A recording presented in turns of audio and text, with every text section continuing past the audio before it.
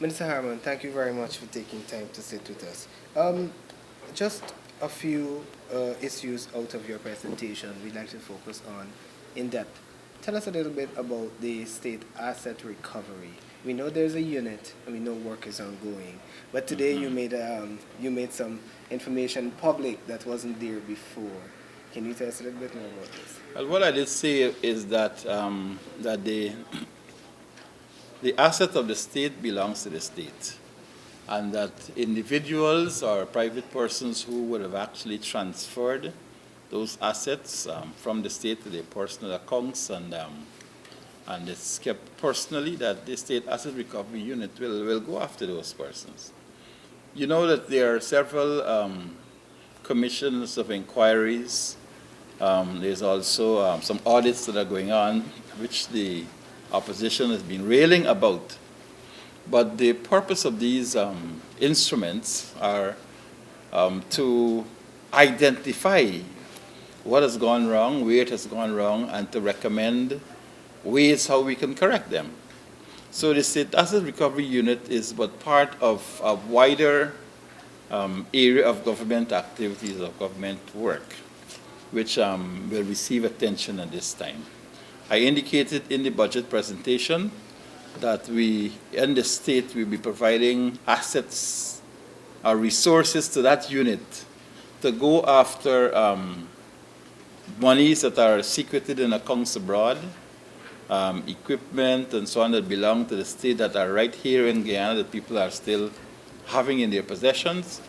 And we're going to do something about it. We've given people long enough for them to actually have brought in these things. And so if they don't do that, then the unit will take care of them. Okay, public service management and upgrade. You mentioned that the government is particularly specifically emphasizing on capacity building of our most important human resources. Yes. That's a little bit about that. Okay, what I did say is that Guyana, like Singapore, got their independence almost 50 years ago. It's just about a year apart in the time they became independent. I made a comparison because Singapore celebrated 50 years of independence a few weeks ago, and that it is a country that has less resources than Guyana. It's about 780 square miles or square kilometers in comparison to what we have here. It lacks the resources that we have. But what it has is a well-trained and highly motivated public service. It pays attention to human development, and they have very firm and strong laws which they respect.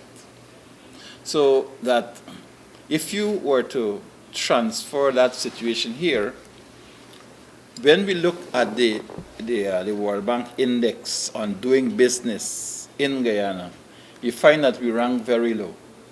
And that is because of the perception of corruption. It is because that the people who are providing public service are perceived in a certain way. Now, if we are to change that, what we are saying is that you require an overhaul of the system.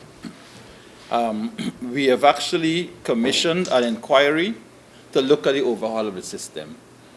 It is an inquiry that should have started its work 2 days ago under Professor Harold Lachman, and it's an inquiry into the status, the salaries and conditions of service of public servants.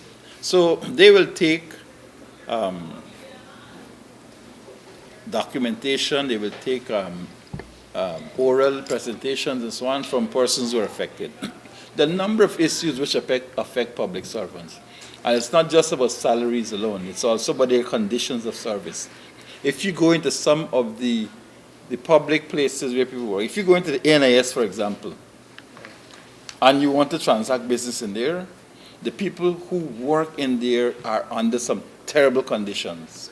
You have one fund that's moving around from one place to the next for about 20 staff members.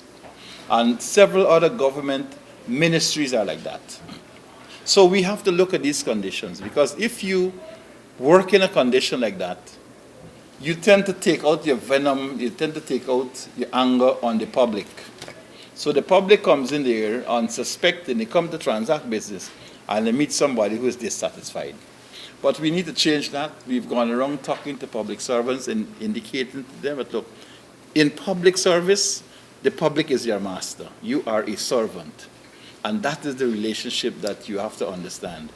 So that is one angle of it. The other angle, of course, is to train the public servants.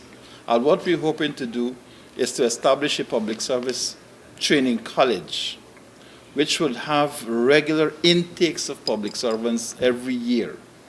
So at around maybe August, September, when the people who would have left school with their CXCs and so on, and they choose the public service as a career, they can apply and they can enter into a public service training college that will train them for about 6 months in various areas of government service, after which they will have another month or so of internship, working in some agency where they want. So after that, they are now placed into the public service. So what we hope to do is maybe taking in batches of about 100 at a time. Over the next 5 years, we would have actually infused into the public service at least 500 or so fresh public servants who have a different work ethic, who understands what it is to provide service, and who would have been well trained. At the end of that, most likely they'll have some kind of a certificate, probably at the level of a diploma, that will allow them entry maybe into the university to get a degree in public management. But that is the idea, and that is really what we hope, that we can create a different kind of public servant, one who understands what service is and who might not be so prone to accept bribes and corruption. I know this is all in an effort to create a modern public service, as especially the President talked about. Yes. Minister Harmon, you know there are criticisms about all of these commission of inquiries, all of these audits, exactly, that are going on. Yes. Please reassure everyone that this, as I understand it, is basically to create a clean system for the start of a better Guyana. Well, you said it, actually. The criticism, of course, you heard coming from the opposition benches. But even as Mr. Roy was saying that, the other speakers in the opposition bench, they were calling for additional inquiries. Yes. So, you can't have it one way, and then the other persons who are in your party, they are asking for more inquiries. What it says to me is that there is an understanding that there is a requirement for people to have an understanding as to where things are. You have to establish some ground rules. You have to establish the basis upon which you move off. Because if you jump onto a train that is moving, there's hardly anything you can do about the direction that train is going, right? Exactly. Unless you stop it and then redirect it. Exactly. We have actually come into a moving train. Our government has been running for 23 years, and therefore things are moving in a certain way. And if you were to understand what is the desired outcome that you're hoping to achieve, you have to do something. And these inquiries, these audits, are meant to provide you with that information that will give you the guidance as to how you move the process forward. Let us talk a little bit about your 100-day plan. The government is being criticized for so many other things. This morning at your press conference, you rated the state's performance. Well, the APNU, AFC, government's performance is as A. That's right. Can you tell us a bit more about what has been achieved, maybe? Well, you know what? I'm not going to preempt this, but the Prime Minister this afternoon, in his speech, will give you the rating. He will tell you what was the promise, what we've achieved, and you'll see what I'm talking about. Why you should maybe even increase the greater A+.